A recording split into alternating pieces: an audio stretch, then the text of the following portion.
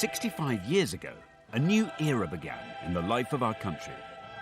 On the 2nd of June 1953, a beautiful 27-year-old woman was crowned Queen Elizabeth II.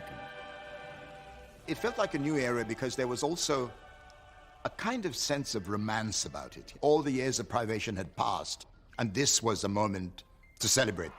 The coronation was momentous for another reason. This ancient ceremony was being filmed for the first time.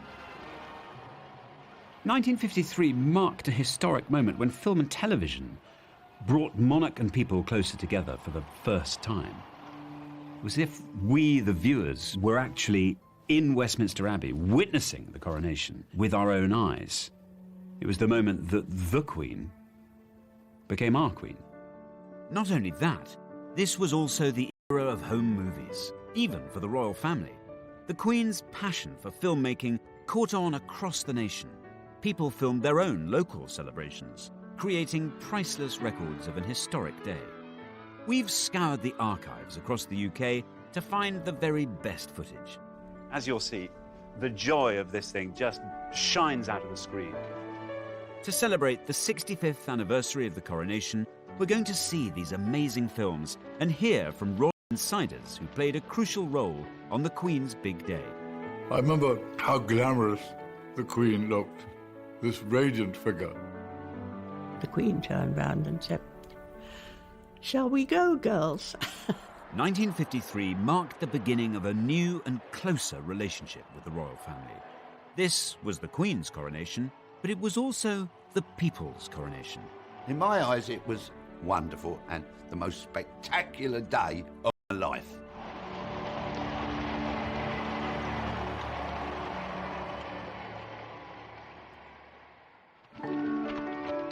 The coronation of Queen Elizabeth II was a day of national celebration, a moment of glorious technicolor after the dark days of the Second World War. The romance of the coronation captured everyone's imagination. Actor Michael Crawford was 11 years old at the time. This brought our country together. It's very stirring and moving and brings out great pride. This is ours. It's our Queen. Michael was so excited that he made his own scrapbook, painstakingly recording each coronation detail. Everything I could find in the newspapers, I cut out. Beautifully done. It was obviously a passion. Look, that is pure Hollywood. But that is my favourite photo. This was the beginning of this amazing dedication of her life to this country. But this moment of national euphoria followed a moment of profound national sorrow. The heart of the nation stops. The flags lower in tribute as the news spreads. The king is dead. King George VI's unexpected death, at the age of only 56, sent shockwaves across Britain and the Commonwealth. The news was greeted with dismay, as far away as Trinidad in the Caribbean, where broadcaster Trevor MacDonald grew up.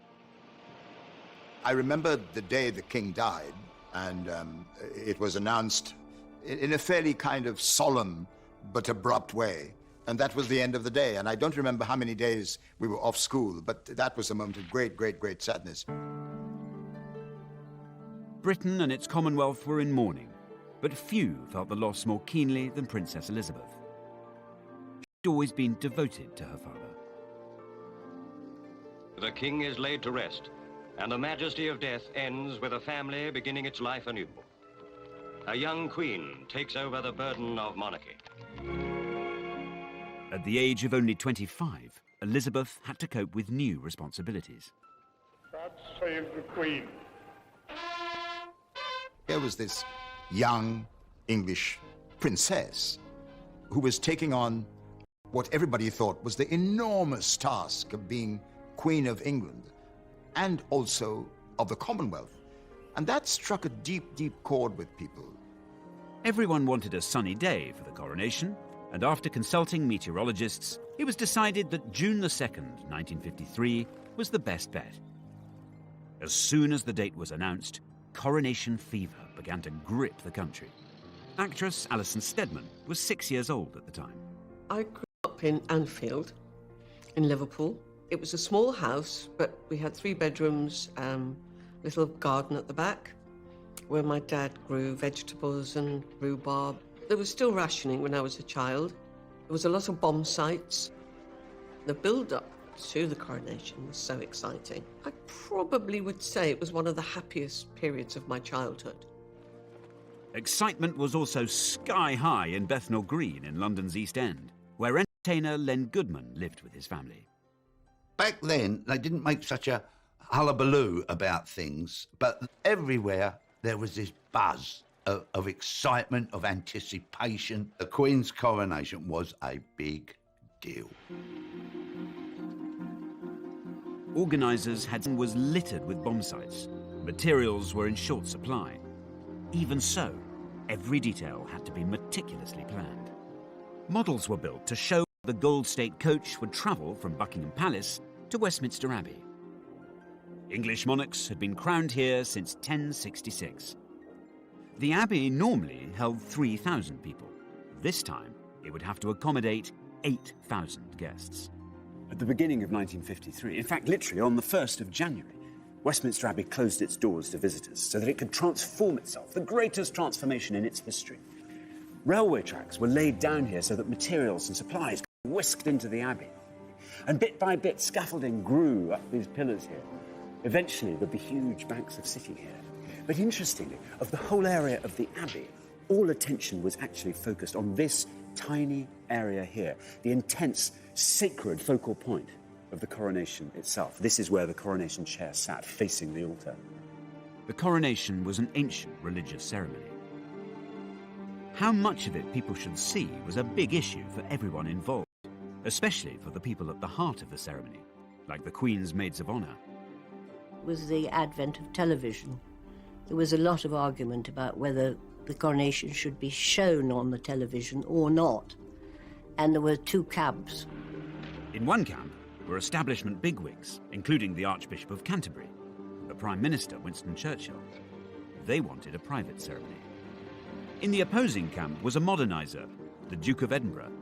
He was in a powerful position, both as the Queen's husband, but also as the chair of the commission overseeing coronation preparations. The forces of modernity, led and championed by the Duke of Edinburgh, were saying, bring the cameras in.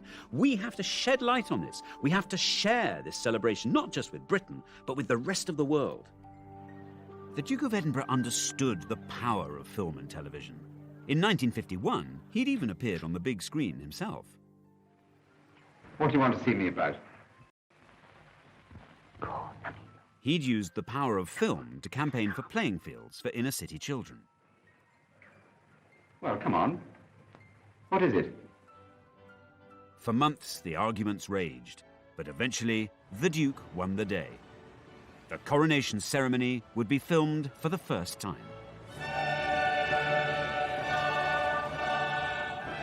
It was nothing less than a royal revolution. The Queen's coronation was one of the most dazzling events ever staged. You know, seeing a crown with those jewels on and those clothes and the golden carriage, it was... The sense that these were exciting times.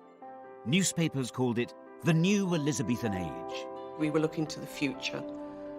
We had this, you know, lovely princess who was now becoming a queen. So life was going to be good. This new age would start with a burst of pageantry. Each detail was painstakingly rehearsed. The Queen's young cousin, Prince Michael of Kent, took part in the practice runs for the big day.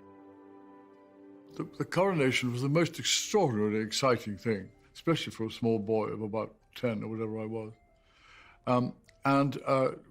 When we all knew the coronation was going to take place, I was at prep school in those days, and we talked about coronagas and how splendid it was and what fun it was.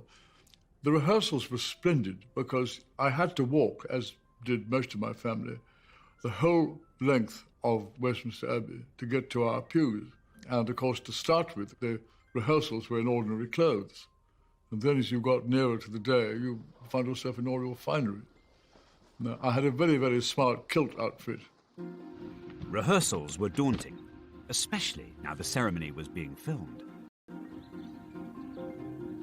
It was particularly nerve-wracking for the 6 young women who'd been chosen to accompany the Queen, her maids of honour. In some ways, it felt quite frightening, but as the time got nearer, I became even more frightened when I discovered it was going to be filmed worldwide. We kept thinking, wouldn't it be awful if you fell over or tripped or fainted was the big fear. Banks of cameras would film the Queen's every move. One of the cameramen in Westminster Abbey was 27-year-old Sidney Samuelson. Sidney had a critical mission. He had to capture the precise moment that the Queen was crowned. You must have been aware that you were at the centre of the most important event of that day, that year. Although I was relatively young, it was the most marvellous assignment of my life. I was in a soundproof booth to keep the noise of the cameras inside the booth and not interfering with the coronation. The noise of this camera was such that you had to be in a soundproof box. Would you like to hear the noise? Yeah, I'd love to. Let's hear it. What do you think of that? I see.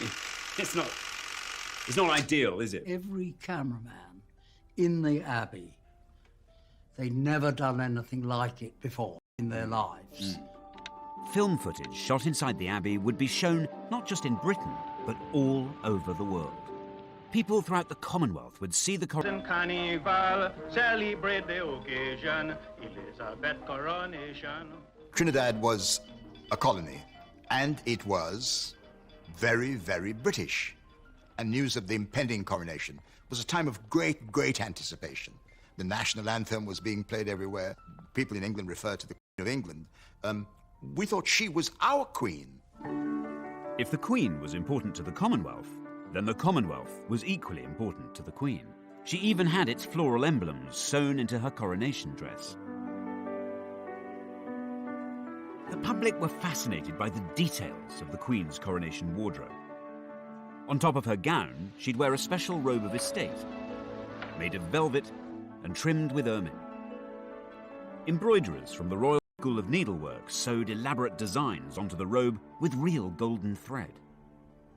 This is a sample that was done in 1953, and the design is peace and plenty. So we have wheat ears, wheat leaves, olives, olive stem and olive leaves as well.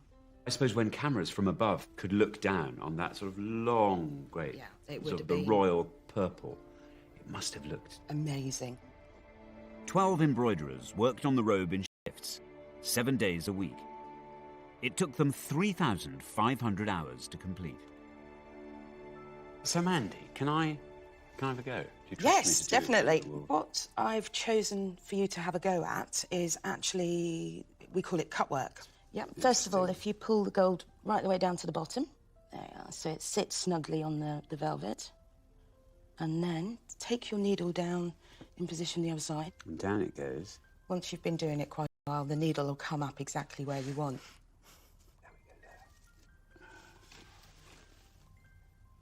I'm not going to pretend I'm not thrilled with that, Mandy. It was good, actually. Yeah, you got it in the right place first time. There's an embroiderer in you. The filming of the coronation created additional challenges. The Queen had to look good on camera for the millions watching. Top makeup designer Thelma Holland was brought in to help.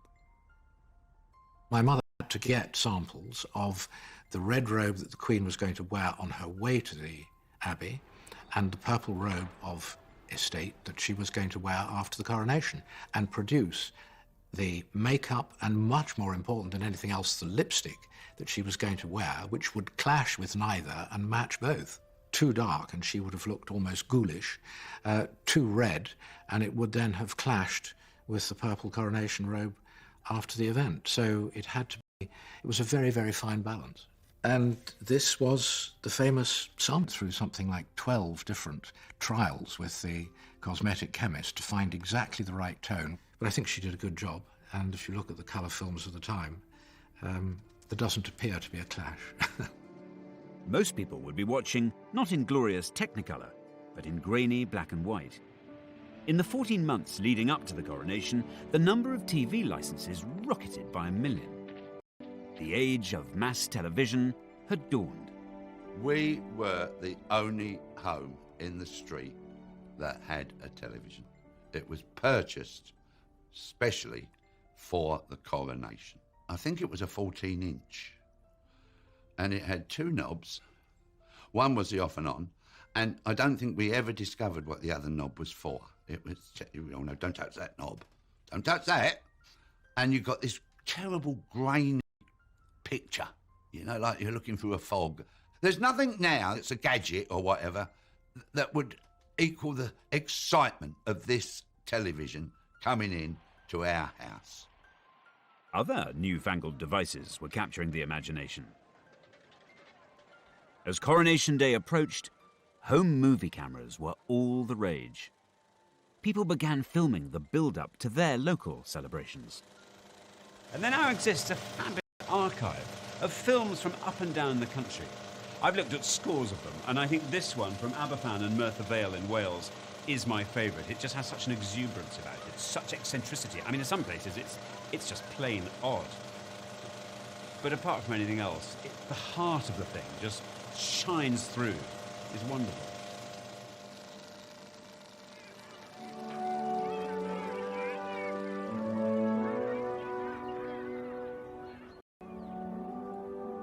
The Welsh mining village of Aberfan has had more than its fair share of tragedy. In 1966, the village suffered a terrible disaster when a primary school was engulfed by a huge landslide. More than 100 children died.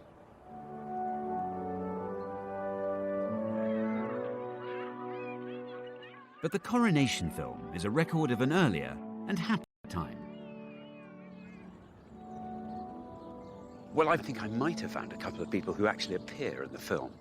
So I've come here to Aberfan to talk to Chris and Eileen, who are going to tell me a bit more about this place. But also, I really want to get the inside track on what exactly happened, what it was like on that wonderful day of celebrations back in 1953. I'll go for this. Hello. Hello. Are you Chris? I am. Hello. How do you do? I'm Alexander. Thank you. Lovely to meet you. So why do you think everyone was so excited? What was it that you were excited? Was it everybody coming together, or was it... Oh, it was lovely. And everybody decorated their windows, and there was a competition for that. And everybody put flags up. And the comical thing was that we saw some really funny ladies.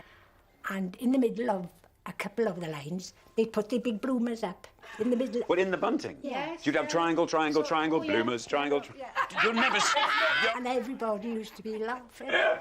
And it was really funny, you know. We had a lot of fun. And there was the Queen. I was an attendant to the Queen. Our local farmer, Donald, he gave us he drove the tractor and they decorated it beautiful. And we'd go around Aberfan on it. It was lovely. What's so lovely is you've got this beautiful carriage being driven by the tractor. Tractor. As we were going down through Aberfan, everybody'd be out there, there'd be hundreds of people, and they'd be all clapping and cheering, and we'd be all waving.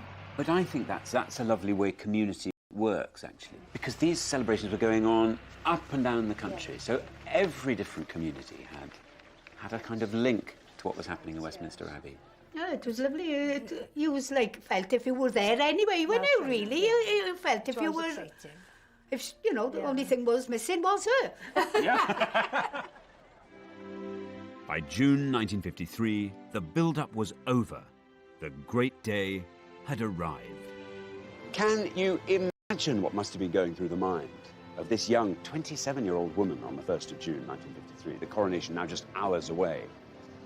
Because behind all the pomp and the pageantry was a very simple, very solemn ritual that would be enacted. It would mean that the young woman who walked into the Abbey behind me would then emerge as Queen Elizabeth, forsaking normal family life with her 2 young children, a young husband, and dedicating herself to country and Commonwealth. And as if that weren't enough, doing it in the most visible and public way imaginable.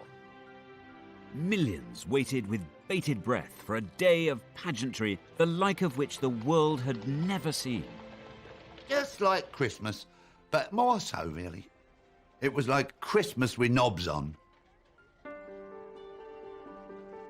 The 2nd of June 1953, Coronation Day, had arrived. But not for the first time, or the last. The weather forecasters had got it wrong.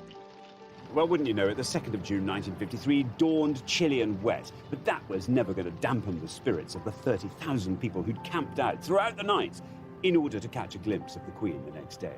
And then throughout the morning, hundreds of thousands of others flooded into London, because by mid-morning there were 3 million people here in central London to witness this event for themselves. And then kings and queens and 750 broadcasters were broadcasting in 39 languages to take the event global. For millions of children, the countdown was over. From the moment I woke in the morning, it was exciting. It was like, oh, hurry up, hurry up, hurry up. You know, we want the party, we want the games, you know, we want to watch it on television. One group of children had an extra reason to feel excited. Choristers from St. Paul's Cathedral were singing in the coronation service. The boys would be in the Abbey for 7 long hours, with no chance even to nip to the loo. We were given sandwiches, and they were peanut butter and marmalade in the same sandwich. So hang on, and these were partly to keep your pangs of hunger at bay, and also somehow to blot you up. Well, mind you, we did have cast iron bladders in those days, I think. I'm certain you did. Scaffolding pipes came in very handy with our feeding, because, of course, we had banana skins. Of course, you just feed them down. We just dropped them down the scaffolds. You didn't? Yes, we did. God. Yes, even you. And he was meant John, to be head boy, I'll have you know. The coronation was now only a few hours away. In Buckingham Palace, the Queen was making her final preparations. Royal makeup designer Thelma Holland was with her in the palace. The Queen said to her, "It's such an important occasion for me that I would rather that the least number of people should be fussing around me before I go off to the Abbey. Do you think I'm capable of doing my own makeup?" And my mother said to her, "Yes, Mum, I'm sure you're perfectly capable of doing it." And the Queen then said to her, "I would like you to be here just in case." She did her own makeup for the coronation. I think it was such a momentous occasion for, what after all was a young woman. And the idea that she had a moment to herself on her own would have been extremely important to her. By 9 o'clock, coaches were assembling at Buckingham Palace to take the great and the good to Westminster Abbey, including Prime Minister Winston Churchill. The Queen's young cousin, Prince Michael of Kent, was waiting with his family at the palace. It was a foul day. It rained the entire day long. It was cold, it was miserable, it was wet. From our point of view, it was a wonderful opportunity to have a very large assembly of cousins who came from all over Europe. My mother, Princess Marina, and my sister, Princess Alexandra, and my brother, the Duke of Kent. All 4 of us who were doing the street lining were very impressive, because it was it's quite a long way to Westminster Abbey from Buckingham Palace. There was an enormous crowd, and they had periscopes, a lot of them, which were strange-looking devices, where you looked through a viewer, and you then went up, and there were just 2 mirrors, one there and one there, and you could look over the heads of the people in front of you and see what was going on. And so you had a forest of these rather strange-looking things, which were sticking out from the crowd. 3 million spectators lined the coronation route. In the crowd was actor Michael Crawford, who was 11 years old at the time. Huge numbers of people. Do you remember that? So where did you watch the... We went to the Markle. Oh, you were there? Yes, just here. Just here. At the foot of these steps on the Mall. Yeah. And you see thousands of soldiers, and it's the pageantry and the uniforms, the regalia, and the noise of horses walking by, and people's kindness of helping kids to see. Policemen were lifting them up and holding people, and there was this extraordinary spirit. As throngs of people on the streets of London strained for their first view of the Queen, millions more gathered in living rooms to watch the greatest live broadcast ever seen. All the kids were sitting on the floor. Then my nan and all those oldie ones, they were in chairs, sitting round. All the mums and the dads were standing There's people looking through the doorway. So, to millions of viewers in Great Britain and Western Europe came pictures of a ceremony and a scene which they will never forget. It was mesmerising. The Queen's carriage was due to leave Buckingham Palace at 10:26 a.m. precisely. You can imagine the build-up, the excitement. A great deal of hustle and bustle and fiddling around and making sure things were put on the right way round. I remember how glamorous the Queen looked, this radiant figure. The Queen travelled to Westminster Abbey in the Gold State coach. It weighed a mammoth 4 tons and had been used in every coronation since George IV's in 1821. The horses that were used to pull the coronation coach were 8 greys, which came from the Royal Mews at Buckingham Palace, and I don't think there are very often occasions where 8 greys pull a coach. You have to have as many, quite a heavy responsibility. I think it has any brakes, for example. And of course, my granddad, who was a bit of a lad, he would be doing a running commentary. He'd be giving us all the old, oh yeah, well, of course, the coach, he'd go. Yeah, the coach, blimey. That coach had been around for 5,000 years, and he'd give it all that, you know, didn't know anything, really. And he'd have a bottle of beer, Crown Ale. The coach, which through the centuries has borne 6 monarchs to their coronations, has never carried one more fitted for the tasks of sovereignty than she who now is to be crowned. Waiting at the entrance to Westminster Abbey were the 6 young women who had helped carry the Queen's coronation robes, the Maids of Honour. I was one of the ones to take her out of the carriage when she got to the Abbey, and she didn't appear to me to be in the least bit worried.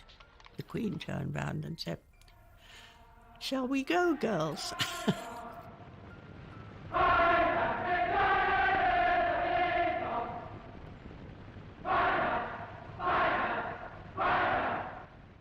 It's just dazzling. The colours were so beautiful, mainly scarlet and, of course, white for the ermine, and women had all had their best jewellery on, and tiaras, and beautiful music.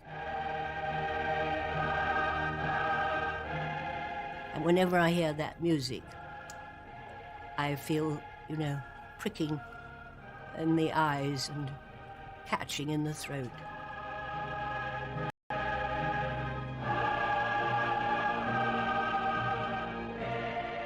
The only time we were separated was when she was anointed. She went and sat alone in the chair.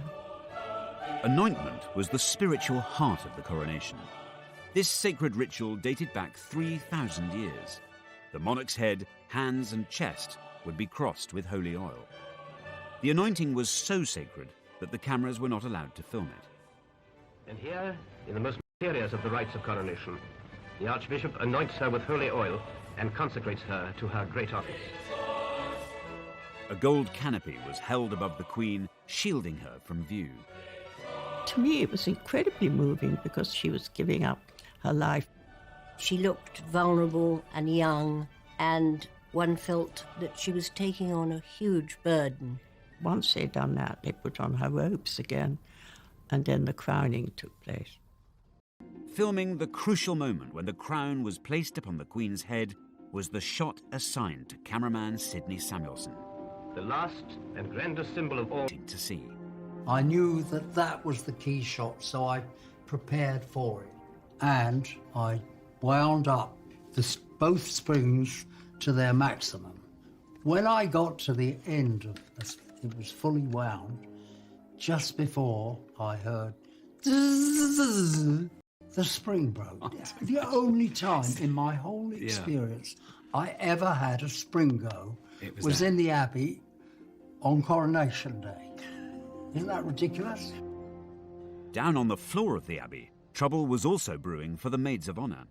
One of my friends, Anglin Connor, she felt very faint. I felt something moving against my back, and I thought, goodness, what's happening here? Then I realised Anne was slipping down. We wore long gloves, and we had smelling salts concealed so that you could just pop them if you felt you were going to faint. So she was lifted up by the others and supported. And soon after that, we went into the vestry, where the Archbishop produced a bottle of brandy, and Anne had a little swig. He said, "This'll do you good." Meanwhile, cameraman Sidney Samuelson was trying to save the day. There was no way I could repair a spring, but I had brought a spare camera body, and I just managed to get it all fixed, and the door closed, and I switched on, and I got the shot that they wanted. The climax of the ceremony has arrived, when the Archbishop gently sets this splendid emblem on the Queen's head. Oh, here we go. Oh, now we're cooking on gas. Yes. Oh, everybody would go into a hush now. Here comes the crown. Straight. Oh, up he goes. Gently, Bentley.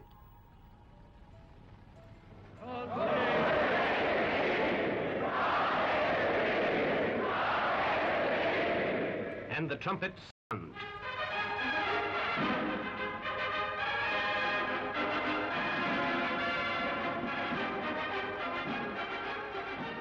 Among the lay lords, the first to declare himself is her own husband, Philip, Duke of Edinburgh. Rising, he kisses the Queen's cheek and touches the Queen's crown in token of his readiness to help her bear its burden. In 1953, however, there wasn't just one Queen being crowned, there were dozens. Replica coronation ceremonies were held in towns and villages across the country. In the Mud Queen. Now then, so much to ask you about. Tell me all about your coronation here in Blackburn in 1953. How did it come about? How were you chosen? They collected all the names. Yeah.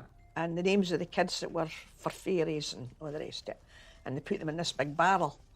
And then it's like a sort of tombola, all the names. Christina's big day was captured in beautiful colour film. It's a record of the pride which Blackburn took in its royal celebrations. In the weeks leading up to the coronation, a local schoolmistress put Queen Christina and her entourage through their paces. What happened in the rehearsals? What were you taught? everything. I taught you how to weave and... Show me your wave. That's the wave. Have I got it right?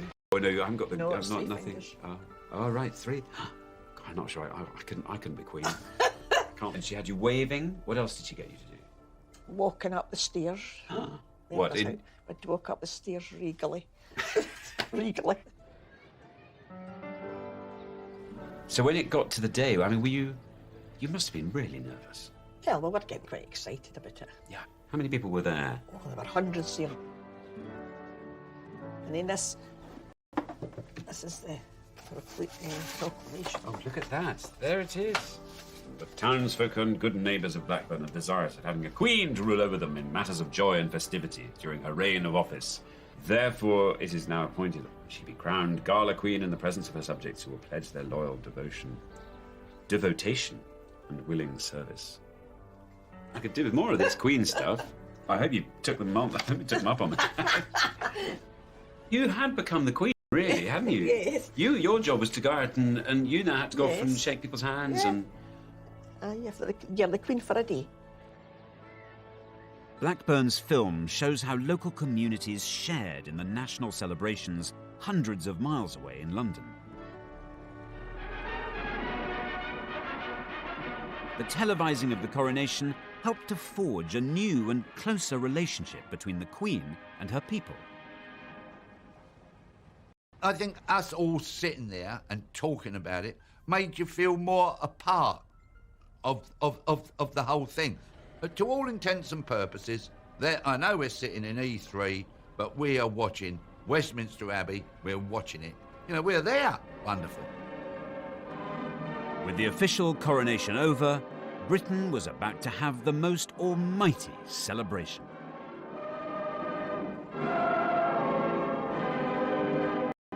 she was a pretty young English rose.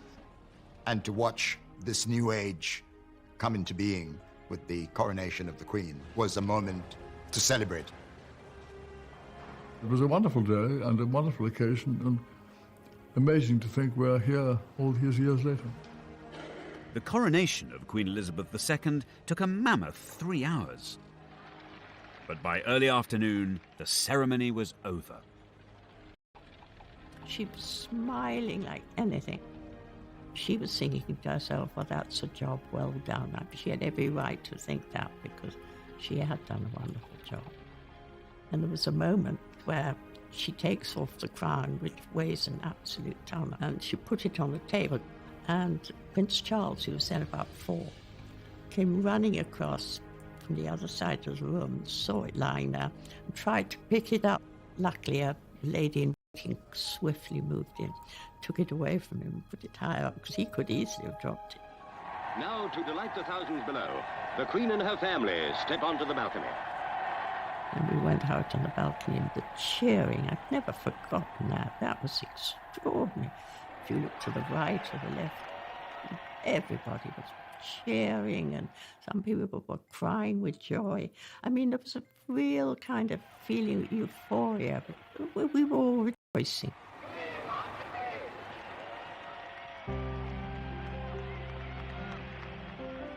Coronation Day in Buckingham Palace had formally ended. But in the East End, the party was just beginning. Now look at this. Hey, hey? Look at this. Elizabeth R, 1953. That is the photograph of the kids in Bethnal just before we get sat down to the banquet. There's me, little Lenny boy, and the rest are just the street kids of our street. Prime Minister Winston Churchill had lifted sweet rationing in time for the coronation so children could tuck in to a sugary feast. We all had to sit down and then sang God Save the Queen, and then off we went with the food. And course after course. It was, honestly, it was like a tasting menu. Oh, salmon, sat up, yeah. Salmon sandwiches, how posh. Gorgeous. Coronation Day was drawing to a close in Britain, but on the other side of the Atlantic, anticipation was still building. At London Airport, Royal Air Force Canberras were warmed up and waiting for a 5-hour transatlantic dash. Yes. 85 million Americans tuned in to watch the Queen being crowned. The coronation had become the world's first global event, enjoyed everywhere and preserved on film for all time. But it's back home where the memories of Coronation Day remain strongest. So tonight I'm staging my own world premiere. I'm showing the 1953 Aberfan coronation film so villagers can see it and enjoy it for the first time. Hi there. How you doing? Welcome. Ah, here's Mary. I'll no fear. I'm here. Well, ladies and gentlemen, we've got such a treat for you. I don't know how many of you, if any of you, have seen this before, but this is a film that was shot here, right here in Aberfan, on the 2nd of June in 1953. As you'll see, the joy of this thing just shines out of the screen. Anyway, enjoy it, and I'll speak to you all at the end. But thank you again so much for coming. Oh, there's a lot. Oh, there's my sister with that second. Yeah, that's her there. That's my sister. Yeah, and Glenn is over the other side. Oh, look.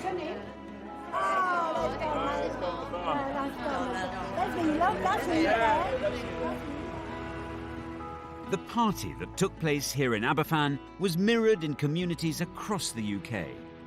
From Brighton to Blackburn, from Leicester to London, the whole nation joined in. There are over 100 films of local coronation celebrations filmed in every corner of the UK. Taken together, they're a shared record of a unique day.